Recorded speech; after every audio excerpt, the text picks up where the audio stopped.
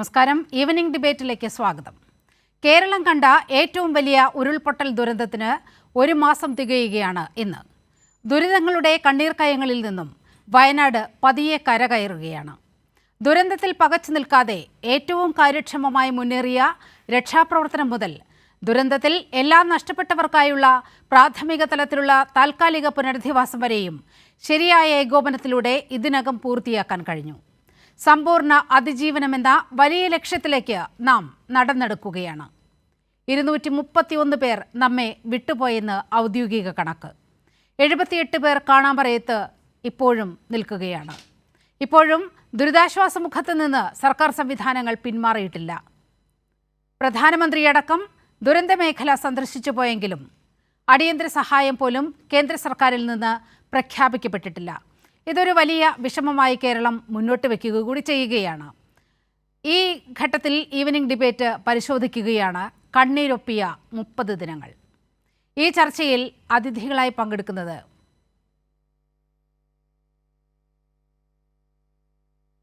DYFI നേതാവ് V K Sanoj, IC Balakrishnan MLA, A Sajeevan മുതിർന്ന മാധ്യമപ്രവർത്തകൻ എന്നിവരാണ്.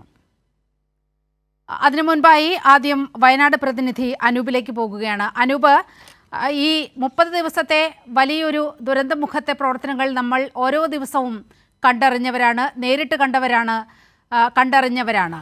ഇപ്പോൾ ഇതുവരെ ഏത് ഘട്ടത്തിൽ എത്തി നിൽക്കുകയാണ് അവിടുത്തെ പുനരധിവാസ പ്രവർത്തനങ്ങളും മറ്റ് കാര്യങ്ങളും?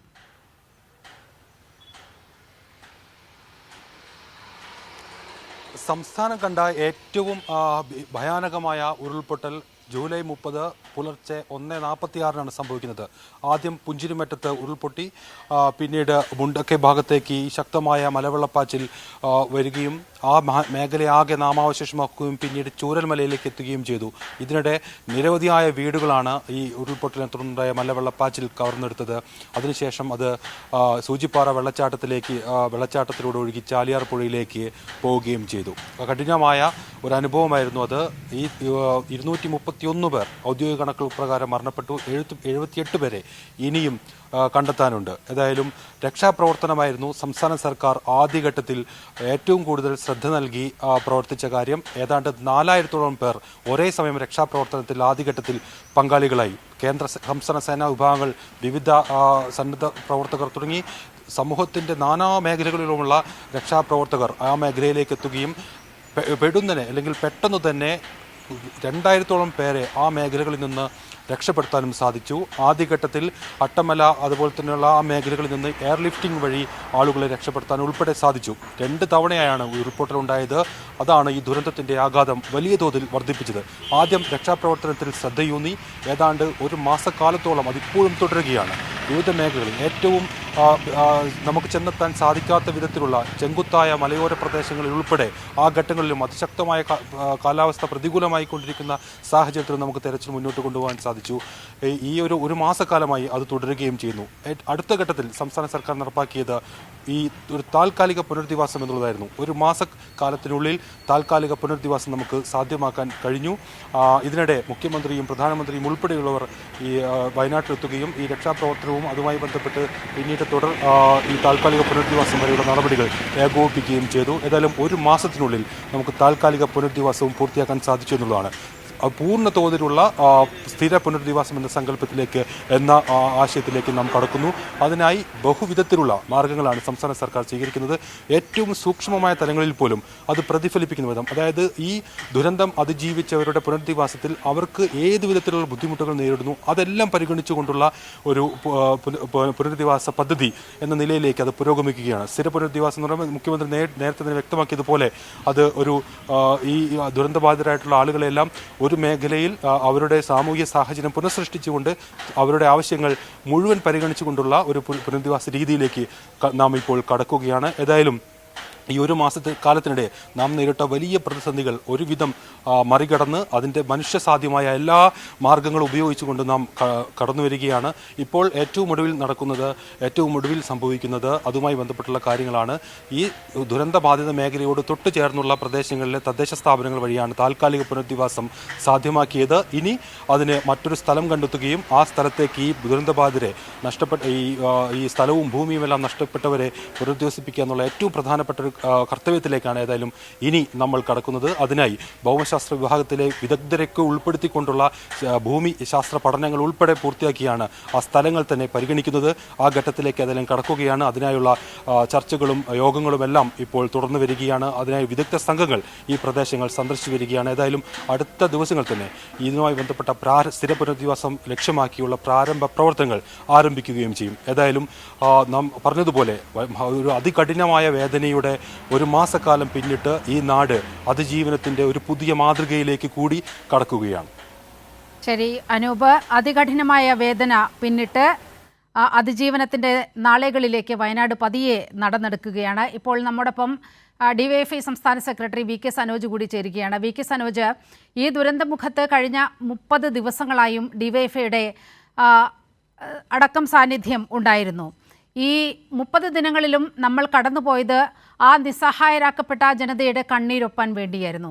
ഇപ്പോൾ നമ്മുടെ പ്രതിനിധി സൂചിപ്പിച്ചതുപോലെ, അനൂപ് സൂചിപ്പിച്ചതുപോലെ, സ്ഥിരം പുനരധിവാസം എന്നുള്ള വലിയ പ്രക്രിയയിലേക്ക് സർക്കാർ കടക്കുന്ന ഒരു സാഹചര്യം ഉണ്ടായിരിക്കുകയാണ്. എല്ലാം നഷ്ടപ്പെട്ടവർക്ക് താൽക്കാലികമായുള്ളൊരു പുനരധിവാസം പൂർണ്ണമായും നടപ്പാക്കി കഴിഞ്ഞിരിക്കുന്ന ഒരു സാഹചര്യം ഉണ്ട്.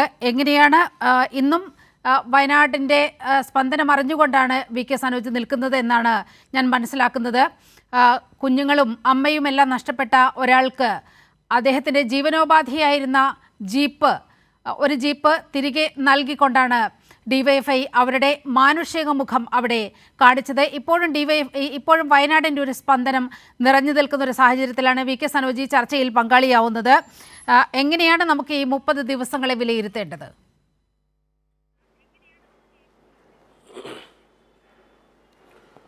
ഈ വയനാട് ദുരന്തം സംഭവിച്ച് അന്ന് വൈകുന്നേരത്തോടുകൂടി ഞങ്ങൾ DYFIയുടെ സംസ്ഥാന നേതൃത്വമെല്ലാം അവിടെ കേന്ദ്രീകരിച്ച് പ്രവർത്തനത്തിന് നേതൃത്വം കൊടുത്തിരുന്നു. കുറച്ച് ദിവസത്തെ ഇടവേളയ്ക്ക് ശേഷം ഇന്ന് വീണ്ടും രാവിലെ വയനാട്ടിൽ പോയി. ഞങ്ങളവിടെ ആ വയനാട് ദുരന്തത്തിൻ്റെ ഭാഗമായി ജീപ്പ് നഷ്ടപ്പെട്ട നമ്മുടെ ഒരു അനീഷ് എന്ന് പറയുന്ന ഒരാൾക്ക് ഒരു ജീപ്പ് വാങ്ങിക്കൊടുത്തിട്ടാണ് ഇപ്പോൾ ഇങ്ങോട്ട് വരുന്നത്. അനീഷിൻ്റെ കുടുംബത്തിനുണ്ടായ നഷ്ടമെന്ന് പറഞ്ഞാൽ അനീഷിൻ്റെ 3 കുഞ്ഞുങ്ങൾ ആ മലവെള്ളപ്പാച്ചിലിൽ അനീഷിൻ്റെ കരവലയത്തു നിന്നും മാഞ്ഞുപോയി. അതുപോലെ തന്നെ അനീഷിൻ്റെ അമ്മ ആ സംഭവത്തിൽ മരണപ്പെട്ടു. അനീഷിൻ്റെ സഹോദരിയുടെ പുത്രനും മരണപ്പെട്ടു. അപ്പോൾ അനീഷിൻ്റെ ഭാര്യയുമാണ് ഇപ്പോൾ അവിടെ ഉള്ളത്. വീട് പൂർണ്ണമായും പോയി. ഒരു ജീപ്പായിരുന്നു അവരുടെ വരുമാന മാർഗം. ആ ജീപ്പ് പൂർണ്ണമായും തകർന്നു പോയി. അപ്പോൾ അവർക്കൊരു ജീപ്പ് വാങ്ങിക്കൊടുക്കുന്ന ഒരു പരിപാടി രാവിലെ വെച്ചിരുന്നു. അത് കഴിഞ്ഞിട്ടാണ് ഇപ്പോൾ ഇങ്ങോട്ട് വരുന്നത്. അപ്പോൾ വയനാട്ടിനെ കുറിച്ച് നിങ്ങൾ പറഞ്ഞതുപോലെ സർക്കാർ വളരെ കുറ്റമറ്റ നിലയിലുള്ള പ്രവർത്തനത്തിന് നേതൃത്വം കൊടുത്തു.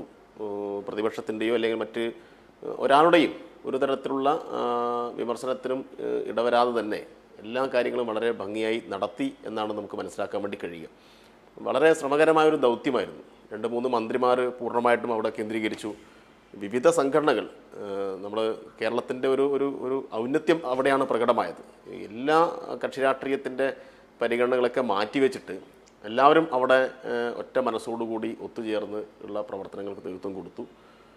കേരളത്തിന് മുന്നൊരു അനുഭവം, ഇത്രമാത്രം വലിയൊരു അനുഭവം ഉണ്ടായിട്ടില്ല. കാരണം ഇത്രയും വലിയൊരു ദുരന്തം കേരളത്തിന് ഇങ്ങനെ ഏറ്റുവാങ്ങേണ്ടി വന്നിട്ടില്ല.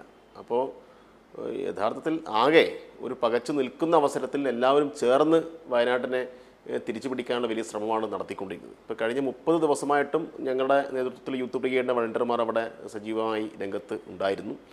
ഞങ്ങളവിടെ പോയ ആദ്യഘട്ടത്തിൽ തന്നെ ഞങ്ങളാണ് അവിടെ ആദ്യം അവിടെയുള്ള ഈ പുനരധിവാസ പ്രവർത്തനത്തിന് വീട് അനിവാര്യമാണെന്ന് മനസ്സിലാക്കിക്കൊണ്ട് 25 വീടെങ്കിലും വെച്ച് കൊടുക്കുമെന്നൊരു പ്രഖ്യാപനം ഞങ്ങളവിടെ നടത്തുകയുണ്ടായി.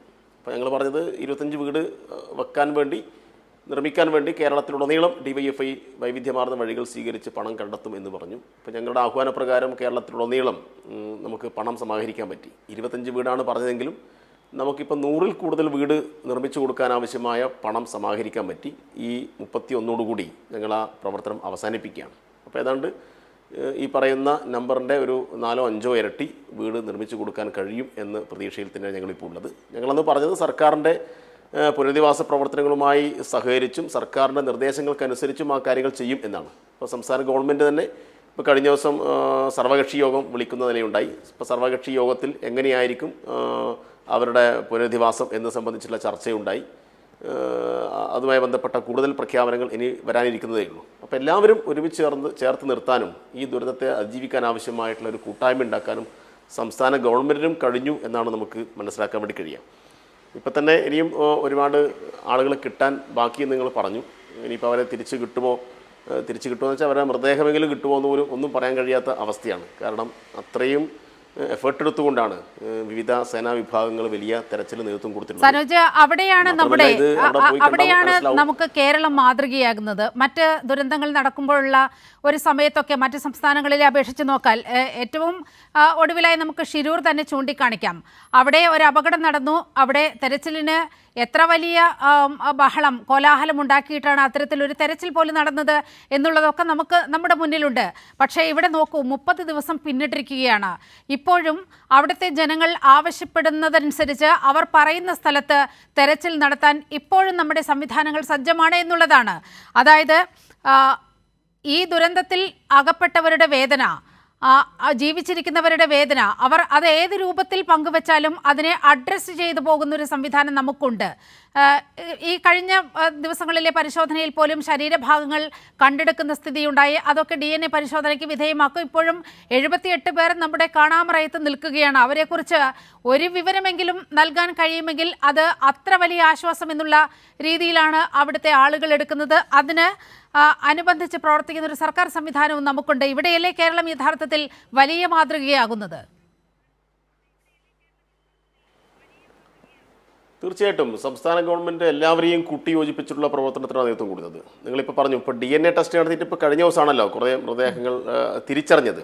അപ്പോൾ മൃതദേഹം അങ്ങനെ അങ്ങ് ഒഴിവാക്കി വിടലല്ല. ഇപ്പോൾ നമ്മളിപ്പോൾ കോവിഡിൻ്റെയൊക്കെ ഘട്ടത്തിൽ വിവിധ സംസ്ഥാനങ്ങളിൽ നിന്ന് ഇപ്പോൾ ഗംഗയിൽ കൂടിയൊക്കെ ഒഴുകിയ മൃതദേഹത്തിൻ്റെ ചില വിഷ്വൽസൊക്കെ നമ്മൾ കണ്ടിരുന്നല്ലോ. അപ്പോൾ അവിടെയെല്ലാം മൃതദേഹം അങ്ങനെ തള്ളി വിടുകയായിരുന്നു. ഇപ്പോൾ ഒരു ട്രെയിൻ ദുരന്തം ഉണ്ടായല്ലോ, 3 ട്രെയിനുകൾ കൂട്ടിയടിച്ച് ദുരന്തം ഉണ്ടായ ഘട്ടത്തിലും അവിടെയുള്ള മൃതദേഹങ്ങളൊക്കെ JCBയിൽ കോരിയിട്ട് കുട്ടത്തോടെ കുഴിയിലിട്ട് സംസ്കരിക്കുന്ന നമുക്കൊരിക്കലും അംഗീകരിക്കാൻ കഴിയാത്ത ഒരുപാട് ചിത്രങ്ങൾ നമ്മൾ കണ്ടിരുന്നു. പക്ഷേ ഇവിടെ അങ്ങനെയല്ല. ഇവിടെ ശരീരത്തിൻ്റെ ഒരു അവയവമാണ് കിട്ടുന്നതെങ്കിൽ അതൊരു മൃതദേഹമായി പരിഗണിച്ച് അതിനെ എല്ലാവിധത്തിലുള്ള ആദരവോടും കൂടിയിട്ട് സംസ്കാരം നടത്തിയിട്ടുള്ള അനുഭവം നമ്മുടെ മുമ്പിലുണ്ട്. സർവകക്ഷി പ്രാർത്ഥനയോട് കൂടിയിട്ട് പിന്നെ സംസ്കാര ചടങ്ങുകൾ നടത്തിയിട്ടുള്ള അനുഭവം നമ്മുടെ മുമ്പിലുണ്ട്.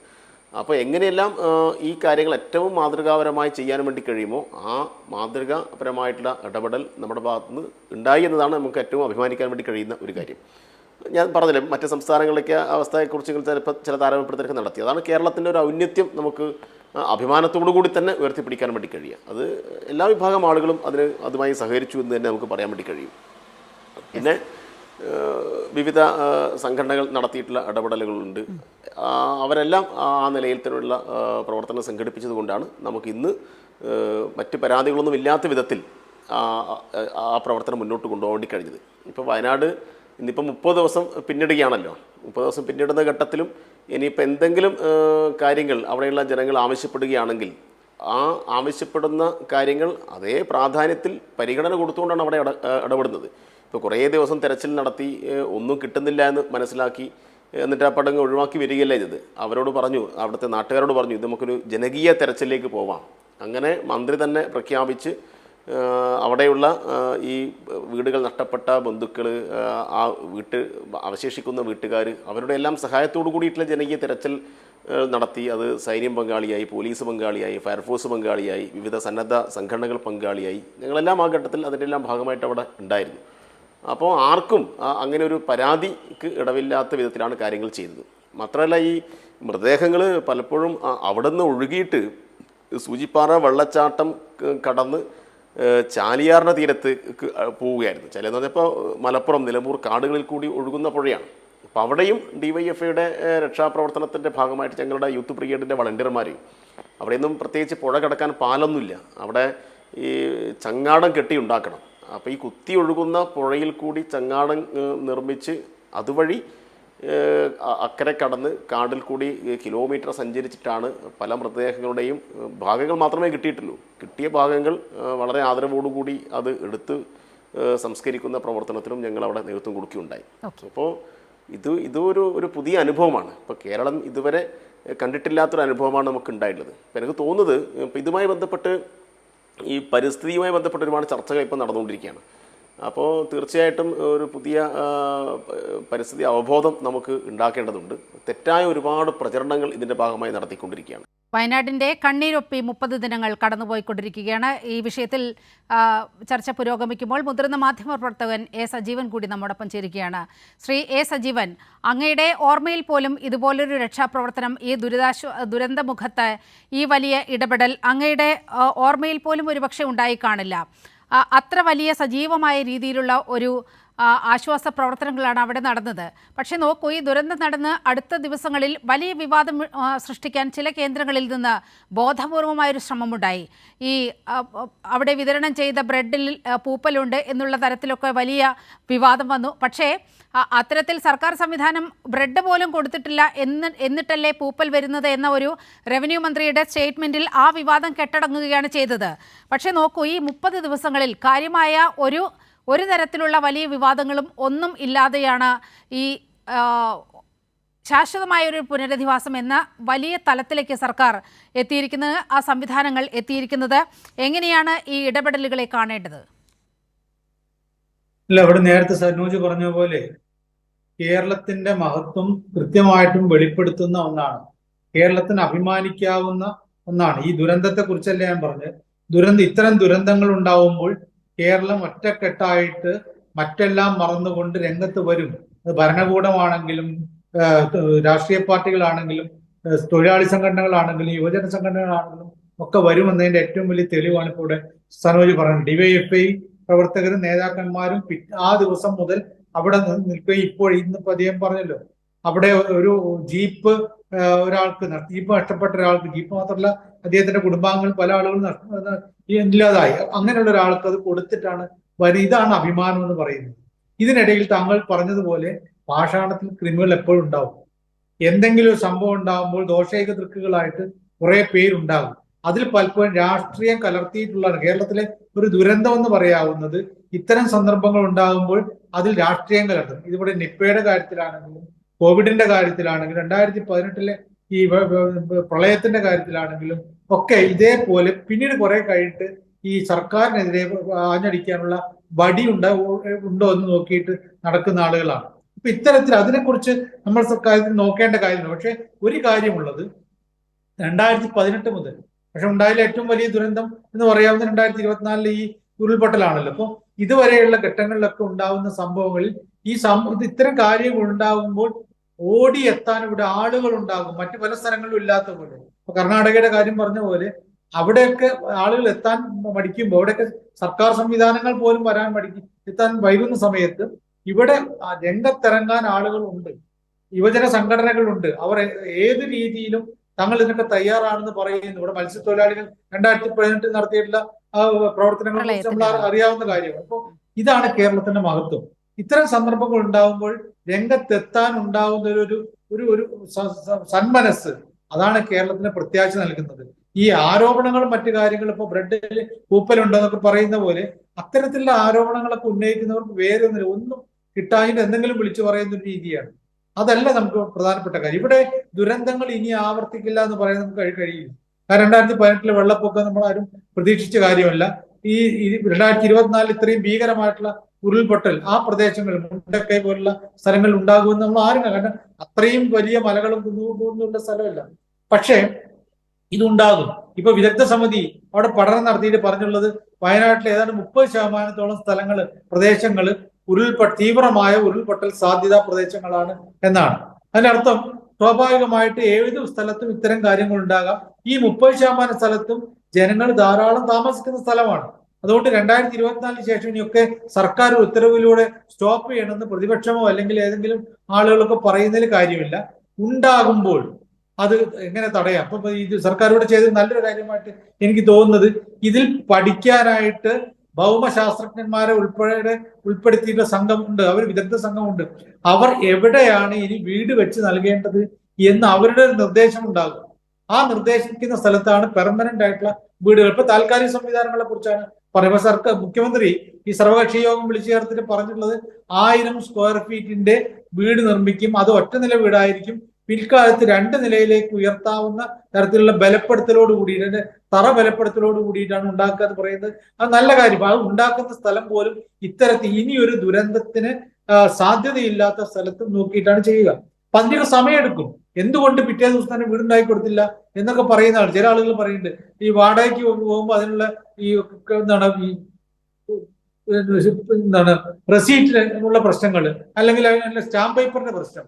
സ്റ്റാമ്പ് പേപ്പർ 10 രൂപയുടെ സ്റ്റാമ്പ് പേപ്പർ അവിടെ പോയിട്ട് കിട്ടിയില്ല, അത് സർക്കാരിന്റെ കുഴപ്പം. സർക്കാരിന്റെ കുഴപ്പമില്ല, സ്റ്റാമ്പ് പേപ്പർ ഉണ്ടാക്കിയിട്ട് ഇവിടെ ദുരന്തം ഉണ്ടാവുക അവിടെ 200 രൂപയുടെ സ്റ്റാമ്പ് പേപ്പർ കൊടുക്കണമെന്ന് പറയാൻ സർക്കാരിന് പറ്റില്ലല്ലോ.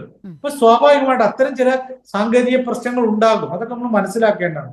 പക്ഷെ എന്നിട്ടും ഇത്രയും കൃത്യമായിട്ട് വലിയ പ്രശ്നങ്ങളില്ലാതെ കേരളം കണ്ട ഏറ്റവും വലിയ ദുരന്ത സ്ഥലത്ത് വലിയ പ്രശ്നങ്ങളും വലിയ പരാതികളും ഇല്ലാതെ കാര്യങ്ങൾ മുന്നോട്ടേക്ക് കൊണ്ടുപോകാൻ കഴിഞ്ഞു എങ്കിൽ അത് സർക്കാരിന്റെ, ഇവിടെയുള്ള ജനങ്ങളുടെ നന്മയുടെ ഭാഗമാണെന്ന് ഞാൻ വിചാരിക്കുന്നു.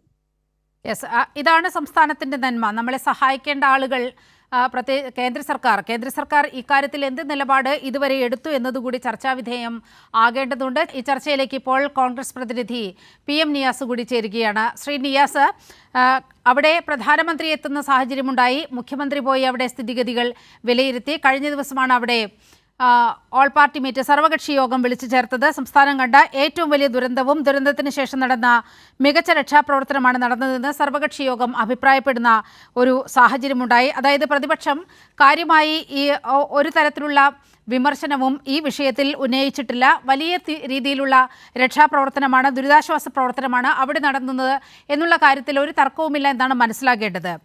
പക്ഷേ ഇവിടെ പ്രധാനമന്ത്രി വരുന്നൊരു സാഹചര്യമുണ്ടായി. അദ്ദേഹം നേരിട്ട് ഇവിടെ സ്ഥിതിഗതികൾ വിലയിരുത്തിപ്പോയി. പക്ഷേ കേരളം ആവശ്യപ്പെട്ട ഒരു അടിയന്തര സഹായം നൽകാൻ ഇതുവരെ കേന്ദ്രം തയ്യാറായിട്ടില്ല. കോൺഗ്രസിന്റെ നിലപാട് എന്താണ് ഇക്കാര്യത്തിൽ? തീർച്ചയായും നിലിമ, നമ്മുടെ കേരളത്തിൽ ഇതുവരെ ഉണ്ടാകാത്ത രീതിയിലുള്ള ഒരു ലാൻഡ് സ്ലൈഡാണ് ഉണ്ടായിട്ടുള്ളത്.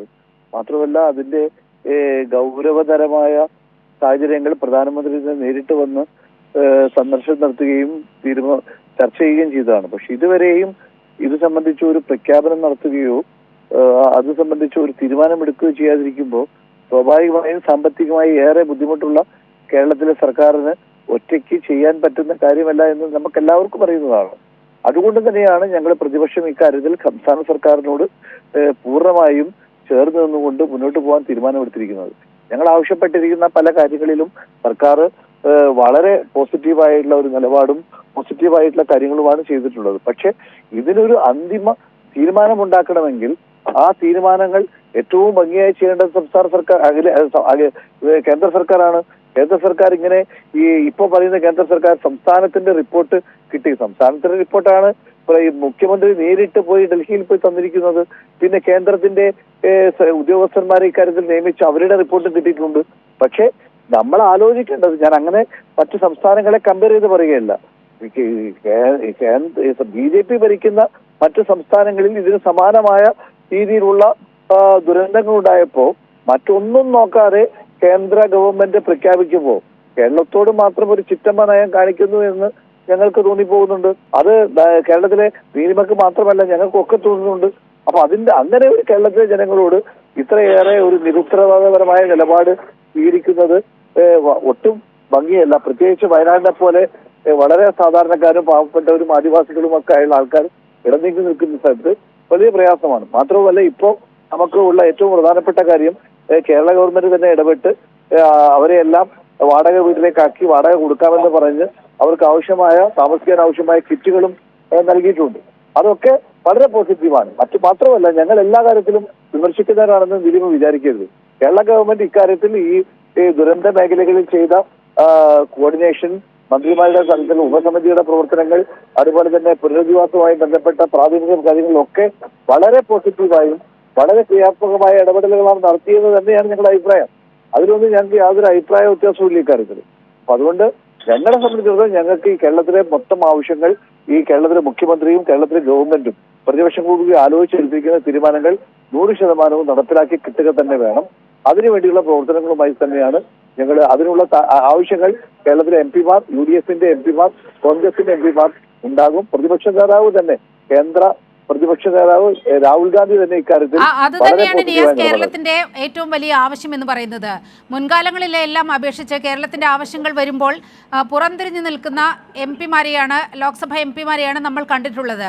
അതിൽ നിന്ന് വിഭിന്നമായി ഈ വിഷയത്തിലെങ്കിലും ഒരുമിച്ച് നിൽക്കാനുള്ള ഒരു വിശാല മനോഭാവം UDFന്റെ ഭാഗത്ത് നിന്ന് ഉണ്ടാകുന്നു എന്ന് പറയുമ്പോൾ തന്നെ അത് വലിയ ആശ്വാസകരമായ കാര്യമാണ്.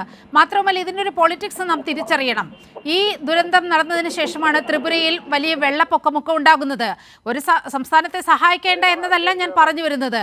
അവിടെ ഈ കാഷ്വാലിറ്റിയൊക്കെ അപേക്ഷിച്ച് നോക്കുമ്പോൾ, വയനാടിൻ്റെ കാഷ്വാലിറ്റി അപേക്ഷിച്ച് നോക്കുമ്പോൾ ത്രിപുരയിൽ എത്രയോ കുറവായിരുന്നു. അവിടെ ഉടനെ കൊടുക്കുകയാണ് 50 കോടി രൂപയുടെ അടിയന്തര സഹായം. പക്ഷേ കേരളത്തിന് അത്തരത്തിലൊരു സഹായം കേന്ദ്രത്തിൽ നിന്ന് ലഭിക്കാത്തൊരു സാഹചര്യമുണ്ട്. ഈ ഇരട്ടത്താപ്പ് കൃത്യമായി ഈ കേരളത്തിൽ നിന്നുള്ള എംപിമാർ ചൂണ്ടിക്കാട്ടേണ്ടതല്ലേ? അതിനുള്ള ഒരു മുൻകൈയെടുക്കാനുള്ള നിർദ്ദേശം പ്രതിപക്ഷ നേതാവിന്റെ ഭാഗത്തുനിന്ന്, UDF സംവിധാനത്തിന്റെ ഭാഗത്തു നിന്ന് ഉണ്ടാകുമെന്ന് പ്രതീക്ഷിക്കാമോ? തീർച്ചയായും ഇക്കാര്യത്തില് നിലിമ പറഞ്ഞ മറ്റു കാര്യങ്ങളിലൊക്കെ ഞങ്ങൾക്ക് വാട്ടവറിമേബി ഏതെല്ലാം കാലത്ത് അഭിപ്രായ വ്യത്യാസം ഉണ്ടായിട്ടുള്ളതൊക്കെ ശരി.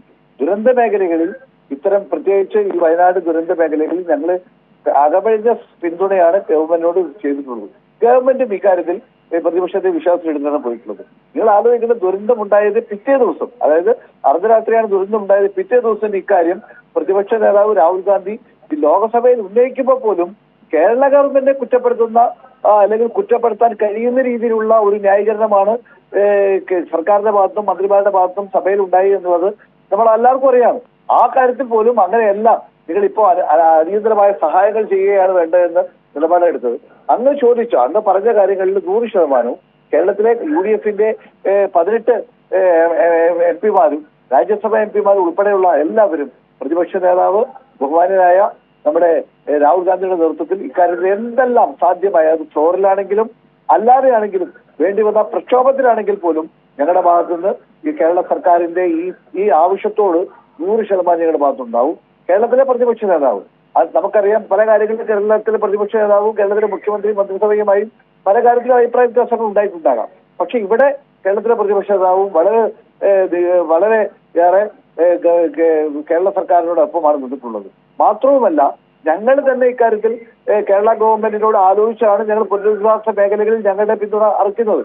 ഗവൺമെന്റ് എങ്ങനെയാണോ തീരുമാനിക്കുന്നത് അവിടെ ആവശ്യമായ 100 വീടുകൾ വെച്ചു കൊടുക്കാമെന്ന് ഞങ്ങൾ പറഞ്ഞത്. ഗവൺമെന്റാണ് തീരുമാനിക്കേണ്ടത്, ഗവൺമെന്റാണ് പ്രപ്പോസൽ വെക്കേണ്ടത്. ഗവൺമെന്റ് തരുന്ന ഭൂമിയിൽ ഗവൺമെന്റ് പറയുന്ന മാർഗനിർദ്ദേശങ്ങൾക്ക് അനുസരിച്ച് ഗവൺമെന്റിന്റെ ഈ വീടുകൾ ഉൾപ്പെടെ പുനരധിവാസവുമായി ബന്ധപ്പെട്ട കാര്യങ്ങൾ ചെയ്തു കൊടുക്കാമെന്നാണ് ഞങ്ങൾ പറഞ്ഞത്.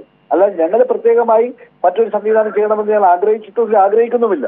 ഇതാണ് ഞങ്ങൾക്ക് അതുമായി ബന്ധപ്പെട്ട പറയാനുള്ളത്. അങ്ങ് പറഞ്ഞത് 100% പോലും ഞങ്ങൾ ഇക്കാര്യത്തിൽ ഇന്ത്യയിലെ പ്രതിപക്ഷ നേതാവും കേരളത്തിലെ പ്രതിപക്ഷ നേതാവും കേരളത്തിലെ എംപിമാരും കേരളത്തിലെ കോൺഗ്രസ് പാർട്ടിയും UDFും ഇക്കാര്യത്തിൽ സർക്കാരിന്റെ ഈ ഒരു ദുരന്ത മുഖത്തിൽ ഉണ്ടാകുന്ന നല്ല പ്രവർത്തനങ്ങളെ, മാതൃകാപരമായ പ്രവർത്തനങ്ങൾക്ക് നിങ്ങൾക്കൊപ്പം ഉണ്ടാകുമെന്നാണ് എനിക്ക് പറയുന്നത്. വളരെ പോസിറ്റീവായ മറുപടിയാണ് PM നിയാസിൽ നിന്ന് ഉണ്ടായിരിക്കുന്നത്. താങ്കൾ ഈ ചർച്ചയിൽ തുടരുമെന്നാണ് ഞാൻ പ്രതീക്ഷിക്കുന്നത്. VK സനോജിലേക്ക് കൂടി പോകുകയാണ്. ശ്രീ VK സനോജ്, നമ്മൾ പറഞ്ഞു വന്നത് കേന്ദ്ര സർക്കാരിൻ്റെ ഈ നിരുത്തരവാദപരമായ സമീപനത്തെക്കുറിച്ചാണ്. നോക്കൂ, ഈ ഒരു ദുരന്തമുണ്ടാകുമ്പോൾ സാധാരണഗതിയിൽ പ്രധാനമന്ത്രി പ്രഖ്യാപിക്കുന്ന ഒരു ധനസഹായമുണ്ട്. മരിച്ചവരുടെ ആശ്രിതർക്കായി ഒരു 2 ലക്ഷം രൂപയുടെ ധനസഹായം പ്രഖ്യാപിക്കുന്നൊരു സ്ഥിതിയുണ്ടായി. അതിനപ്പുറത്തേക്ക് ഈ ദുരന്തമുഖത്ത് നിൽക്കുന്നവരെ സഹായിക്കാനുള്ള ഒരു വിധത്തിലുള്ള ഇടപെടലും അത്തരത്തിൽ ധനസഹായവും ഇതുവരെ കേന്ദ്രം സംസ്ഥാനത്തിന് നൽകിയിട്ടില്ല എന്നത് അങ്ങേയറ്റം പ്രതിഷേധാർഹമല്ലേ? ഇപ്പോൾ 1 മാസം പിന്നിട്ടിരിക്കുകയാണ്. നമ്മൾ ഡീറ്റെയിൽഡ് ആയിട്ടുള്ള മെമ്മോറാണ്ടം സമർപ്പിച്ചു. മുഖ്യമന്ത്രി കഴിഞ്ഞ ദിവസം പ്രധാനമന്ത്രിയെ പോയി കാണുന്ന ഒരു സാഹചര്യമൊക്കെ ഉണ്ടായി. എന്തുകൊണ്ടാണ് ത്രിപുരയെ പരിഗണിച്ചതുപോലെ അല്ലെങ്കിൽ ഉത്തരാഖണ്ഡിനെയൊക്കെ പരിഗണിക്കുന്നത് പോലെ കേരളത്തെ പരിഗണിക്കാൻ എന്താണ് ഇത്ര വിമുഖത?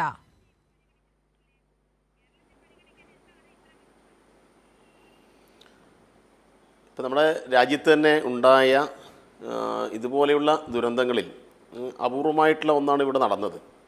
അപ്പോൾ സ്വാഭാവികമായിട്ടും കേന്ദ്ര ഗവൺമെൻറ് വലിയ സഹായം കേരളം പ്രതീക്ഷിക്കുന്നുണ്ട്.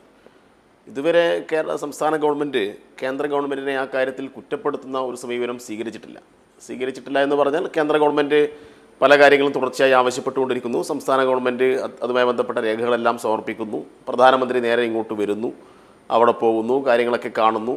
അദ്ദേഹത്തിന് തന്നെ കാര്യങ്ങൾ വളരെ കൃത്യമായി മനസ്സിലായിട്ടുണ്ട്.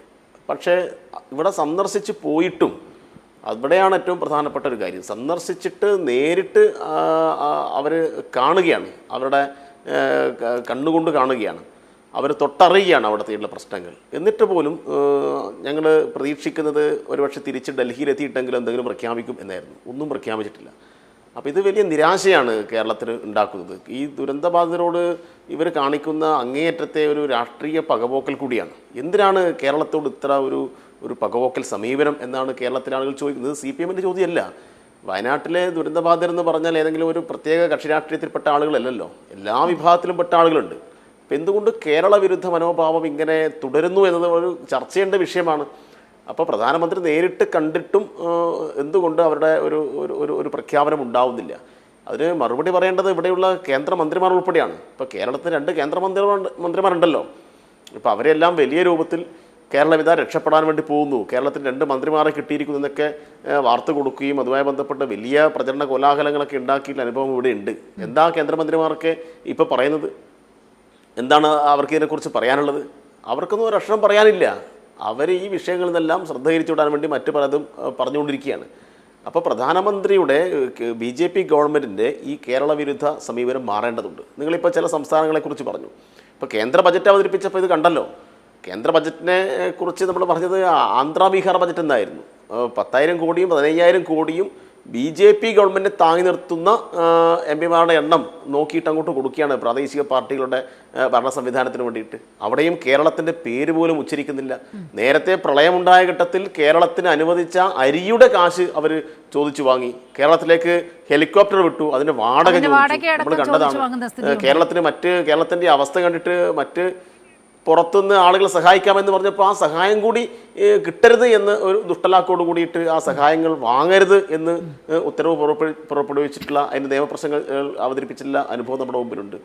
സാലറി ചലഞ്ചുമായിട്ട് ആളുകൾ വന്നപ്പോൾ സാലറി ചലഞ്ച് കൊടുക്കാൻ പാടില്ല എന്ന് പറഞ്ഞിട്ട് ക്യാമ്പയിൻ നടത്തിയ അനുഭവം നമ്മുടെ മുമ്പിലുണ്ട്.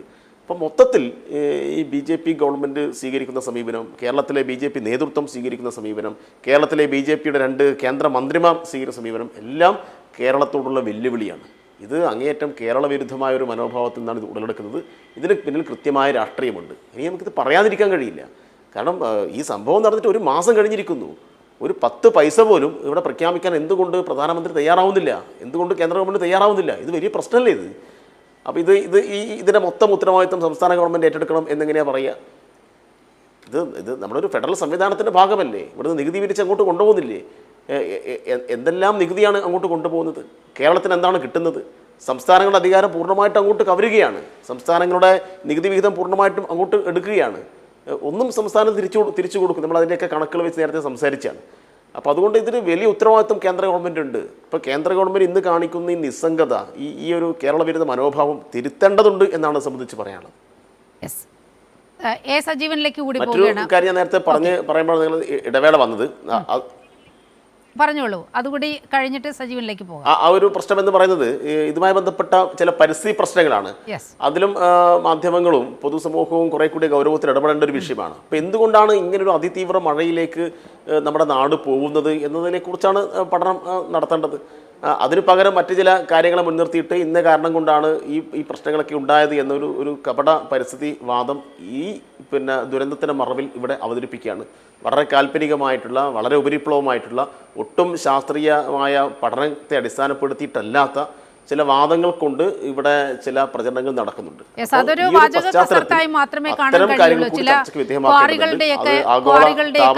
വലിയ രീതിയിലുള്ള പ്രസൻസ് ആണ് ഇത്തരത്തിൽ ഈ പ്രകൃതി ദുരന്തങ്ങൾക്ക് കാരണമെന്നുള്ള അവാസ്തവമായ ചില റിപ്പോർട്ടുകളൊക്കെ മുന്നോട്ട് വെക്കുന്നുണ്ട്. ഗാഡ്ഗിലിനെ ഉദ്ധരിച്ചുകൊണ്ട് അത്തരത്തിലുള്ള പ്രചാരണങ്ങളൊക്കെ നടക്കുന്ന ഒരു ഘട്ടമുണ്ട്. അതൊക്കെ വലിയ ചർച്ചകൾക്കും വിശകലനങ്ങൾക്കും വഴിവെക്കേണ്ട ഒന്നാണ്. സജീവനിലേക്ക് കൂടി പോവുകയാണ്. ശ്രീ എ. സജീവൻ, കുറേ നാളുകളായി കേരളം അഭിമുഖീകരിക്കുന്ന പ്രശ്നങ്ങളിലെല്ലാം വളരെ പ്രതിലോമകരമായ ഒരു നിലപാടാണ് എപ്പോഴും പ്രതിപക്ഷം കൈക്കൊള്ളാറുള്ളത്. പക്ഷെ നോക്കൂ, ഈ ഘട്ടത്തിൽ ഈ 30 ദിവസത്തിനകത്ത് പ്രതിപക്ഷത്തിന് കാര്യമായ ഒരു വിമർശനം പോലും ഉന്നയിക്കാൻ അവർക്കത് മുന്നോട്ട് വയ്ക്കാൻ കഴിഞ്ഞിട്ടില്ല. ഇത് കേരളത്തിൻ്റെ വലിയൊരു മേന്മയല്ലേ ഇത് കാണിക്കുന്നത്. നമ്മളൊരു ദുരന്തമുഖത്ത് നിൽക്കുമ്പോൾ നിങ്ങൾക്കൊപ്പം ഞാനുണ്ട് എന്ന് പറഞ്ഞുകൊണ്ട് കേരളത്തിൻ്റെ മുഖ്യമന്ത്രി ഇറങ്ങുകയാണ്.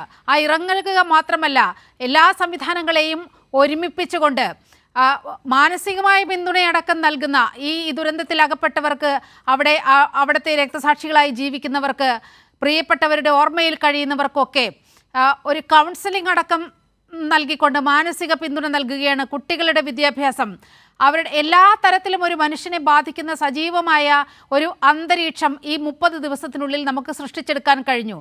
അവിടെ പ്രതിപക്ഷത്തിന് പോലും വിമർശനം ഉന്നയിക്കാൻ സാധിക്കാത്തൊരു സ്ഥിതിയുണ്ട്. തീർച്ചയായിട്ടും ഇതിന് രണ്ട് രീതിയിൽ കാണണം. ഒന്ന്, നമ്മുടെ സംസ്ഥാനം അടുത്ത കുറെ കാലമായിട്ട് കടുത്ത സാമ്പത്തിക പ്രതിസന്ധിയിൽ നിൽക്കുകയാണ്. അങ്ങേയറ്റം കുത്തുവാള എടുത്തു നിൽക്കുന്ന ഒരു അവസ്ഥയിലാണ്. സാമ്പത്തികമായിട്ട് കേന്ദ്രം തരേണ്ട, നിയമപ്രകാരം തരേണ്ട കാശ് പോലും തരുന്നില്ല. പലതും നമ്മൾ ആവശ്യപ്പെട്ട് കഴിഞ്ഞാൽ അതിനെ അവഗണിക്കുന്ന രീതിയിലേക്ക് കാര്യങ്ങൾ പോകുന്നു. ഇങ്ങനെ വളരെ പ്രതിസന്ധിയിൽ നിൽക്കുന്ന ഒരു ഘട്ടത്തിലാണ് ഈ ദുരന്തം ഉണ്ടായത്. എന്നിട്ട് പോലും കാര്യമായ ഒരു തരത്തിലെ പരാതികളും ഉന്നയിക്കാൻ സാധിക്കാത്ത രൂപത്തിൽ സർക്കാർ അതിനെ പരിഹരിക്കാൻ ശ്രമിക്കുന്നു, അതിന് സമാധാനം കണ്ടെത്താൻ ശ്രമിക്കുന്നു എന്ന് പറയുന്നത് വളരെ കൃത്യമായിട്ടും ഇത്തരം കാര്യങ്ങൾ നല്ല രീതിയിൽ ഭരണനിർവഹണം നടത്തിയിട്ട് മുന്നോട്ടേക്ക് കൊണ്ടുപോകാൻ കഴിഞ്ഞു എന്നുള്ളതിന്റെ തെളിവാണ്. രണ്ടാമത്തെ കാര്യം, നമ്മൾ മാതൃകാപരമായിട്ടുള്ള കാര്യം തന്നെയാണ് സർക്കാരിന്റെ ഭാഗത്തുണ്ടായത്. അതേപോലെ നമ്മൾ മാതൃകാപരമായുള്ള പ്രതികരണത്തിന്റെ കാര്യം ഞാൻ പ്രതിപക്ഷത്തിന് കൊടുക്കുന്നത്. അവര് മറ്റു പല ഘട്ടങ്ങളിലും ഉണ്ടാവാത്ത പോലെ, നിയാസോട് പറഞ്ഞ പോലെ പലപ്പോഴും ആവശ്യത്തിനോ അനാവശ്യത്തിനോ ഒക്കെ പ്രതികരിക്കുന്ന ഒരവസ്ഥ നമ്മുടെ പ്രതിപക്ഷത്തെ പല നേതാക്കന്മാരുടെ ഭാഗത്തുനിന്നുണ്ടായിട്ടുണ്ട്. പക്ഷെ ഇവിടെ വളരെ കൃത്യമായിട്ടും രാഹുൽ ഗാന്ധി മുതൽ താഴോട്ടേക്കുള്ള ഓരോ ആളുകളും ഇതിൽ സമാനമായ രീതിയിൽ വളരെ മാതൃകാപരമായ രൂപത്തിൽ അവരുടെ പിന്തുണ കൊടുക്കുന്നു. സർക്കാരിനെ ഇത്തരം അവസരത്തിൽ കുറ്റപ്പെടുത്തുകയല്ല, അവരോടൊപ്പം നിൽക്കുകയാണ്. നിയാസ് പറഞ്ഞ വളരെ കൗതുകത്വം, ഞങ്ങൾ വീട് വെച്ച് കൊടുക്കുന്നുണ്ടെങ്കിൽ സർക്കാർ പദ്ധതി പ്രകാരം സർക്കാർ നിർദ്ദേശിക്കുന്ന സ്ഥലത്ത് സർക്കാർ നിർദ്ദേശിക്കുന്ന മാതൃകയിൽ വീട് വെച്ചു കൊടുക്കാൻ ഞങ്ങൾ തയ്യാറാണ് എന്ന് പറയുമ്പോൾ ഈ ഒരു സംവിധാനത്തോട്, അത് ഒരു പ്ലാൻ ഉണ്ടല്ലോ, ഇതൊക്കെ പുനർജീവനത്തിനും പുനരുദ്ധാരണത്തിനൊക്കെ ഉണ്ടാക്കിയിട്ടുള്ള ഒരു പദ്ധതിയോട് ഞങ്ങൾ പരിപൂർണമായിട്ടും യോജിക്കുന്നു എന്ന രീതിയിൽ. ഇതാണ് സത്യം. ഈ രണ്ട് രീതിയിൽ ഭരണത്തിന്റെ കാര്യത്തിൽ മാതൃകാപരമായ രീതിയിൽ പോവുക, പ്രതിപക്ഷം ആണെങ്കിൽ അവരുടെ പിന്തുണ നൽകുന്ന കാര്യത്തിൽ മാതൃകാപരമായി പോവുക എന്നുള്ളതാണ് ഏറ്റവും പ്രധാനപ്പെട്ട കാര്യം. ഈ രണ്ട് കാര്യങ്ങളും ഒരേപോലെ നടക്കുന്നു. അതിനിടയിലാണ് നേരത്തെ ഇവിടെ സനോജും നിയാസൊക്കെ പറഞ്ഞ പോലെ ഉള്ള ഈ കേന്ദ്ര സർക്കാരിന്റെ ഒരു നിലപാട്. സത്യത്തിൽ പല ആളുകളും ഭരിക്കുമ്പോൾ അവർക്കുണ്ടാകുന്ന ഒരു കുഴപ്പം പല രാജ്യങ്ങളിലും ഉണ്ടാകുന്നതാണ്. അവർക്ക് ഇഷ്ടപ്പെടാത്ത പ്രദേശങ്ങൾ, അവർക്ക് ഇഷ്ടപ്പെടാത്ത ആളുകൾ അവരുടെ ഈ ഭൂപടത്തിന്റെ പരിധിയിൽ പെടില്ല, ഭരണഭൂപടത്തിന്റെ പരിധിയിൽ പെടില്ല. കേരളത്തിന്റെ ഒരു അവസ്ഥ ഇതാണ്. കേരളം ഉൾപ്പെടെ പല സംസ്ഥാനങ്ങളുടെയും അവസ്ഥ ഇതാണ്. ഇന്ത്യയുടെ ഭരണഭൂപടത്തിന്റെ, കേന്ദ്ര സർക്കാരിന്റെ ഭരണഭൂപടത്തിൽ ഈ സംസ്ഥാനങ്ങളൊന്നുമില്ല. അതാണ് നേരത്തെ സനോജ് പറഞ്ഞത്. ബീഹാർ, ആന്ധ്ര ബജറ്റായിട്ട് കേന്ദ്ര ബജറ്റ് മാറുന്നു. കാരണം എന്താ? ഒറ്റ ഉത്തരമേ ഉള്ളൂ. ഈ കേന്ദ്ര സർക്കാരിനെ ഇപ്പൊ വീഴ്ത്തണമെങ്കിൽ വീഴ്ത്താനുള്ള ശക്തിയുള്ളത് ഈ ബീഹാറിലെയും ആന്ധ്രയിലെയും പ്രധാനപ്പെട്ട ഈ കക്ഷികൾക്കാണ്. അതുകൊണ്ട് അവരുടെ പിന്തുണയില്ലാതെ മുന്നോട്ടേക്ക് പോകാൻ പറ്റില്ല. അവർ ചോദിച്ചത് മാത്രമല്ല, ചോദിച്ചതിനപ്പുറവും കൊടുക്കും. നമ്മളിവിടെ എയിംസ് കേൾക്കാൻ തുടങ്ങി എത്രയോ കാലമായല്ലോ. അത് വയനാട്ടുകാർ തന്നെ എത്രയോ കാലമായിട്ട് ഞങ്ങൾക്ക് വേണം എയിംസ് എന്ന് പറഞ്ഞിട്ട് എത്രയോ കാലമായി പറയുന്നു. അങ്ങനെ പല പ്രദേശങ്ങളും പറയുന്നുണ്ട് അവർ. പക്ഷേ കേരളത്തിന് ഇങ്ങനെ സംഗതി കൊടുക്കില്ല മാത്രമല്ല, ഇനി അടുത്ത ബജറ്റിൽ നോക്കാമെന്നാണ് നമ്മുടെ ഇവിടെ നിന്ന് പോയിട്ട് അവിടെ കേന്ദ്ര മന്ത്രിസഭയിൽ ഭാഗമായിട്ട് ഒരാൾ പറഞ്ഞത്, പാർലമെന്റിൽ പറഞ്ഞ കാര്യമാണ്. പിന്നെ വേറൊരു കാര്യം, ഇവിടെയുള്ള ദുരന്തത്തിനെ കുറിച്ചുള്ള റിപ്പോർട്ടിന്റെ ആവശ്യം സംസ്ഥാന സർക്കാർ കൊടുക്കേണ്ട റിപ്പോർട്ട് 2 മന്ത്രിമാർ ഇവിടെ ഉണ്ടായിരുന്നല്ലോ. അതിൽ ഒരാളെ പൂർണ്ണമായിട്ട് ഇതിന് ചുമതല ഏൽപ്പിച്ചിരുന്നു, മറ്റാളോട് വന്നു പോവുകയും ചെയ്തു. ഇവർക്ക് അറിയാമല്ലോ ഇവിടെ ഇത്ര ആളുകൾ മരിച്ചിട്ടുണ്ടോ, ഇത്ര ആളുകൾ ഇത്ര പ്രദേശങ്ങൾ അവിടെ ഒലിച്ചു പോയിട്ടുള്ള കാര്യം അവർക്ക് അറിയാവുന്നതാണല്ലോ. അപ്പൊ സ്വാഭാവികമായിട്ട് ഇത്രയും കാര്യങ്ങൾ ഉണ്ടായിട്ടും തീർച്ചയായും ജോർജ് കുര്യനെയാണ് പ്രധാനമായും ഇവിടെ ചുമതല ഏൽപ്പിച്ചത് പ്രധാനമന്ത്രി. നമ്മുടെ ഒരു അറിവനുസരിച്ച് അദ്ദേഹം കുറേ ദിവസങ്ങളോളം ആ ദുരന്ത സ്ഥലത്ത് നിന്ന് അവിടെ പ്രവർത്തനങ്ങളിലൊക്കെ സജീവമായ പങ്കാളിത്തം, ആ ചിത്രങ്ങളൊക്കെ പുറത്തു വന്നതാണ്. അദ്ദേഹത്തിന് വളരെ കൃത്യമായ കാര്യങ്ങൾ അറിയാം. മറ്റൊരാൾ സുരേഷ് ഗോപിയാണ്. സുരേഷ് ഗോപി എന്താണ് തൃശ്ശൂരിലെ ജനങ്ങളോട് പറഞ്ഞത്?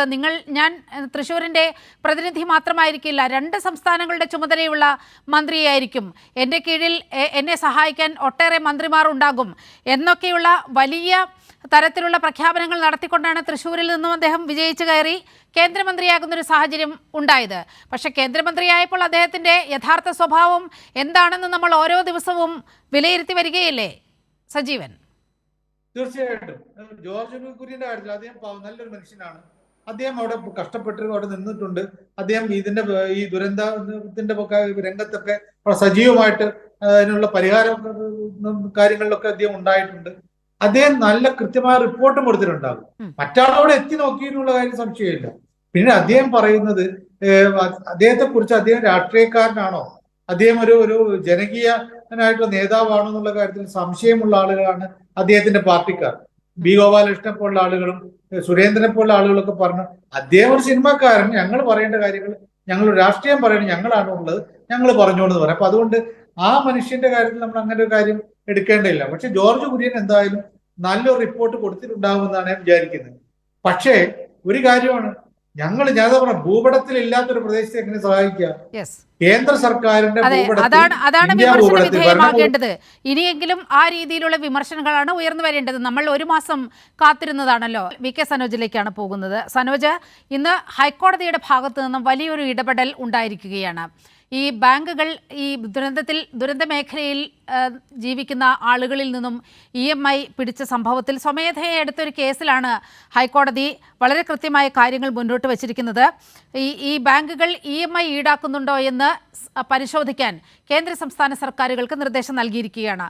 നമുക്കറിയാം DYFI വലിയൊരു സമരമുഖത്തായിരുന്നു. ഇത്തരത്തിൽ EMI സംസ്ഥാന സർക്കാർ നൽകിയ ദുരിതാശ്വാസം, ആ ആശ്വാസ ധനത്തിൽ നിന്നും EMI പിടിക്കുന്നൊരു സാഹചര്യം കഴിഞ്ഞ മാസം ആദ്യം നമ്മൾ കണ്ടതാണ്. വളരെ കൃത്യമായ ഒരു നിലപാട് ഹൈക്കോടതി മുന്നോട്ട് വച്ചിരിക്കുകയാണ്. മാത്രവുമല്ല, മറ്റൊന്ന്, ഒരു പൊളിറ്റിക്കൽ ഫൈറ്റിലേക്ക് നമ്മൾ ഇനിയും നീങ്ങാനുള്ള സമയമായി എന്നാണ് മനസ്സിലാകുന്നത്. കാരണം 1 മാസം നമ്മൾ കാത്തിരുന്നു. ഈ കേന്ദ്ര അവഗണന തുടരുകയാണ്. വയനാടിന് ഒരു തരത്തിലുള്ള സഹായം പ്രഖ്യാപിക്കുമെന്ന ഒരു സൂചന പോലും എവിടെ നിന്നും ലഭിക്കുന്നില്ല. യഥാർത്ഥത്തിൽ ഒരു രാഷ്ട്രീയ നിലപാടിൻ്റെ, രാഷ്ട്രീയ യുദ്ധത്തിൻ്റെ സമയമല്ലേ ഇനി വരാൻ പോകുന്നത്?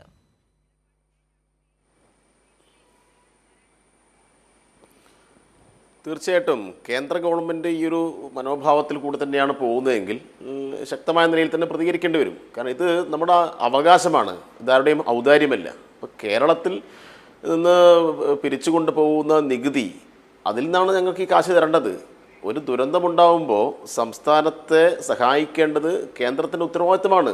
നമ്മളൊരു ഫെഡറൽ സംവിധാനത്തിൻ്റെ കൂടിയാണല്ലോ മുന്നോട്ട് പോകുന്നത്. ഇപ്പോൾ ഭരണഘടനാപരമായി അതിനുള്ള ബാധ്യത കേന്ദ്ര ഗവൺമെൻറ്റുണ്ട്. അതുകൊണ്ട് കേന്ദ്രത്തിന് ഇതെന്തോ ഞങ്ങളുടെ ഔദാര്യമാണ്, ഞങ്ങൾക്ക് തരാൻ സൗകര്യമില്ല എന്നൊന്നും പറഞ്ഞ് പോകാൻ കഴിയില്ല. അതെല്ലാം നിയമപരമായി കൂടി ചോദ്യം ചെയ്യേണ്ട ഒരു വിഷയമാണ്. ഇപ്പോൾ സംസ്ഥാന ഗവൺമെൻറ് തന്നെ കേന്ദ്രത്തോട് പലതരത്തിലും നിയമപരമായി യുദ്ധം ചെയ്യേണ്ട ഒരു നിലയിൽ കാര്യങ്ങൾ പോയല്ലോ. ഇപ്പോൾ ഡൽഹിയിൽ മുഖ്യമന്ത്രിയുടെ നേതൃത്വം നടത്തിയ സമരത്തിൻ്റെ ഓർമ്മ നമുക്കുണ്ടല്ലോ. അങ്ങനെ സമരം നടത്തേണ്ടി വന്ന അനുഭവം ഉണ്ടായി കേരളത്തിന്. ഇതിന് മുന്നേ ഒരു സമാനമായ അനുഭവം ഉണ്ടായിട്ടില്ല, രാജ്യത്തിനും അങ്ങനെ ഉണ്ടായിട്ടില്ല. അപ്പോൾ കർണാടകയോട് കാണിക്കുന്ന അവഗണനയുണ്ട്, പഞ്ചാബിനോട് കാണിക്കുന്ന അവഗണനയുണ്ട്, ഡൽഹിയോട് കാണിക്കുന്ന അവഗണനയുണ്ട്, കേരളത്തോട് കാണിക്കുന്നുണ്ട്. ഇങ്ങനെ BJP ഇതരമായ ഭരണ സംവിധാനം നിൽക്കുന്ന എല്ലാ സംസ്ഥാനങ്ങളോടും വലിയ അനീതിയും വലിയ വിവേചനവും കാണിച്ചുകൊണ്ടിരിക്കുകയാണ്. അപ്പോൾ അതുകൊണ്ട് സമരം നടത്തേണ്ടി വന്നു, കോടതിയിൽ പോയി നിയമപോരാട്ടം നടത്തേണ്ടി വന്നു. അങ്ങനെയാണ് 16,000 കോടി കൊടുക്കണമെന്ന് കോടതി പറയുന്ന നിലയുണ്ടായത്. കേന്ദ്ര ഗവൺമെൻറ്റിനെ ചെവിക്ക് പിടിച്ച് കോടതി ശാസിക്കുന്ന നിലയുണ്ടായി. അപ്പോൾ ഒരു പക്ഷേ ഇത്തരം കാര്യങ്ങൾക്ക് വേണ്ടി പോകേണ്ടി വരുന്നതിലേക്കാണ് കാര്യങ്ങൾ പോകുന്നത്. അപ്പോൾ ഇതൊക്കെ കണ്ടിട്ട് എങ്ങനെയാണ് കേന്ദ്രത്തിൻ്റെ 2 സഹമന്ത്രിമാർ കേരളത്തിൽ നിൽക്കുന്നത്?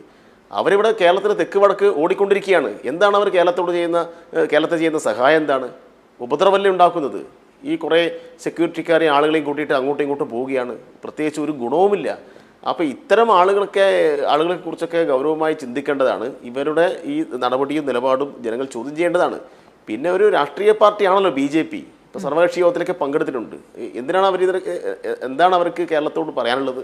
ഇപ്പോൾ BJPയുടെ ഉത്തരവാദിത്തപ്പെട്ട സംസ്ഥാന നേതാക്കൾ വർഗീയത പറയാനും മതവിദ്വേഷം ഉണ്ടാക്കാനൊക്കെ അല്ലാതെ മനുഷ്യന്മാർക്ക് വേണ്ടിയിട്ട് എന്തെങ്കിലും ഒരു പ്രസ്താവന നടത്താൻ നമ്മൾ കണ്ടിട്ടുണ്ടോ? അപ്പോൾ അന്തസ്സുണ്ടെങ്കിൽ സുരേന്ദ്രനെ പോലുള്ള ആളുകൾ കേന്ദ്ര ഗവൺമെൻറ്റിനോട് ആവശ്യപ്പെടണം, പരസ്യമായിട്ട് കേരളത്തിന് പണം കൊടുക്കണമെന്ന് പറയണം. ഇതൊരക്ഷരം പറയുന്നില്ല. അപ്പൊ ആകെ വായ തുറക്കുന്നുണ്ടെങ്കിൽ അത് അദ്ദേഹത്തിന് വയനാട്ടിലെ വർഗീയത ജനങ്ങളുടെ പ്രചരിപ്പിക്കാനാണ്, ധാർമ്മികമായ ഒരു മനുഷ്യനെ ഉത്തരവാദിത്വം ഭിന്നിപ്പിക്കാൻ വേണ്ടി കൂടിയുണ്ട്. മാത്രമാണ്. ഇതൊക്കെ ജനങ്ങൾ തിരിച്ചറിയണം എന്നാണ് കെ സുരേന്ദ്രന് വയനാട്ടിലെ ജനങ്ങളോട് ഒരു ധാർമ്മികമായ ഉത്തരവാദിത്വം കൂടിയുണ്ട്. കാരണം സുരേന്ദ്രന് അതെ ഈ ദുരന്ത ബാധിതരായിട്ട് ആളുകൾ എന്ന് പറഞ്ഞാൽ വിവിധ പാർട്ടികളിൽപ്പെട്ട ആളുണ്ടല്ലോ. ഇപ്പോൾ സുരേന്ദ്രൻ ഉൾപ്പെടെ വോട്ട് ചെയ്ത ആളുകൾ അതിനകത്ത് ഉണ്ടാവാം, ഇല്ലാതിരിക്കാം. എന്തൊക്കെ പറഞ്ഞാലും സുരേന്ദ്രൻ ഒരു പാർട്ടിയുടെ സംസ്ഥാന അധ്യക്ഷനല്ലേ. അപ്പം അയാൾക്ക് എന്തെങ്കിലും ഒരു ഉത്തരവാദിത്വം ഈ നാടിനോട് വേണ്ടേ? സ്വാഭാവികമായിട്ടും ഒരു കേന്ദ്രം ഭരിക്കുന്ന രാഷ്ട്രീയ പാർട്ടിയുടെ സംസ്ഥാന ഭാരവാഹി എന്ന നിലയിൽ അതൊന്നുമില്ല. അപ്പോൾ ഇവിടെ തുടർച്ചയായിട്ട് ആളുകളെ ഭിന്നിപ്പിക്കാൻ വേണ്ടി മാത്രമാണ് അദ്ദേഹം വായ തുറക്കുന്നത്. അപ്പോൾ അദ്ദേഹം മറുപടി പറയേണ്ടതുണ്ട്. BJPയുടെ മുൻ കേന്ദ്രമന്ത്രിമാർ ഇവിടെയുണ്ട്, ഇപ്പോഴുള്ള കേന്ദ്രമന്ത്രിമാരുണ്ട്, എല്ലാവരും മറുപടി പറയേണ്ടതുണ്ട്. മറ്റൊരു കാര്യം, നിങ്ങളുടെ PMI പിടിക്കുന്നതിനെ കുറിച്ച് പറഞ്ഞു. ഇപ്പോൾ DYFI ആണ് ആദ്യം അതിശക്തമായ നിലയിൽ സമരവുമായിട്ട് മുന്നോട്ട് വന്നത്. DYFIയുടെ സംസ്ഥാന സെക്രട്ടറി എന്ന നിലയിൽ ഞാൻ തന്നെ നേരത്തെ ഈ വിഷയം ശ്രദ്ധയിൽപ്പെട്ടപ്പോൾ പറഞ്ഞിരുന്നു, ഇങ്ങനെ ഈ ദുരന്തബാധിത പ്രദേശത്തെ ആളുകൾക്ക് ബുദ്ധിമുട്ടുണ്ടാക്കുന്ന നിലയിൽ ഏതെങ്കിലും ഒരു ബാങ്ക് അവിടെയുള്ള ജനങ്ങൾക്ക് ബുദ്ധിമുട്ടുണ്ടാക്കുന്ന പ്രവർത്തനം നടത്തിക്കഴിഞ്ഞാൽ അത്തരം ബാങ്കുകൾ മാനന്തവാടിയിലും കൽപ്പറ്റയിലൊക്കെ പ്രവർത്തിക്കണോ വേണ്ടയോ എന്ന് തീരുമാനിക്കുന്ന നിലയിലേക്ക് കാര്യങ്ങൾ പോകും എന്ന് പറഞ്ഞിരുന്നു. അപ്പോൾ അതിനിടയിലാണ് ഈ ദുരന്ത ബാധിതർക്ക് കൊടുത്തിട്ടുള്ള സർക്കാരിൻ്റെ ഈ ആശ്വാസത്തിൻ്റെ ഭാഗമായി കൊടുത്ത കാശ് അതിൽ നിന്ന് EMI പിടിക്കുന്ന നിലയുണ്ടായത്. അവിടെ അതിശക്തമായ സമരം നടത്തി ബാങ്കുകാർ മാപ്പ് പറയുന്ന നിലയുണ്ടായി. അതുമാത്രമല്ല ചില സ്വകാര്യ ജനദ്രോഹകരമായ നിലപാടുകൾ ഉണ്ടാകില്ല എന്ന് നമുക്ക് പ്രതീക്ഷിക്കാം. കണ്ണീരൊപ്പി 30 ദിനങ്ങൾ പിന്നിടുകയാണ്. ഇത് ഈ സമയപരിമിതി മൂലം മാത്രമാണ് ഈ ചർച്ച ഇവിടെ വൈൻഡപ്പ് ചെയ്യേണ്ടത്. ഈ ചർച്ചയിൽ പങ്കെടുത്ത അതിഥികളായ VK Sanoj, A Sajeevan, PM Niyas, എല്ലാവർക്കും വളരെയധികം നന്ദി.